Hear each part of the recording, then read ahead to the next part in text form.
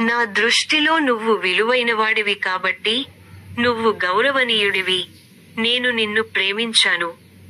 కాబట్టి నేను నీకు బదులుగా మనుష్యులను, నీ ప్రాణానికి బదులుగా మనుష్యులను ఇస్తాను. నువ్వు ఒంటరివి కావు. మనిషి ఒంటరిగా ఉండటం మంచిది కాదు. అతనికి తగిన సహాయకుడిని చేస్తాను. కాబట్టి నేను నీకు ఒక కుటుంబాన్ని స్థాపించాను. పిల్లలు యెహోవా వారసత్వం, మరియు గర్భఫలం అతని బహుమతి. బలవంతుడి చేతిలో బాణాలు ఉన్నట్లే, యవ్వనంలో పుట్టిన పిల్లలు కూడా. తన అంబుల పొదిని వాటితో నింపుకున్న వ్యక్తి ధన్యుడు. వారు సిగ్గుపడరు, కాని వారు ద్వారంలో శత్రువులతో మాట్లాడతారు. మీ ఆత్మ వర్ధిల్లడానికి నా హృదయానికి అనుగుణంగా మీకు పాస్టర్లను ఇచ్చాను.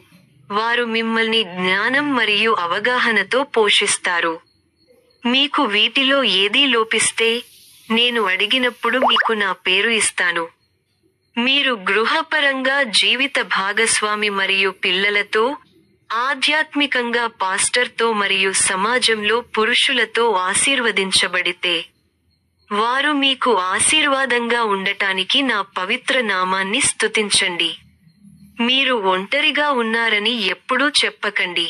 మరియు అన్నింటికంటే ముఖ్యంగా, నేను లోకాంతం వరకు ఎల్లప్పుడూ మీతోనే ఉంటాను. ప్రభువు ఇలా అంటాడు, మీకు శుభ దినం కలగాలి. దేవుడు మిమ్మల్ని దీవించుగాక.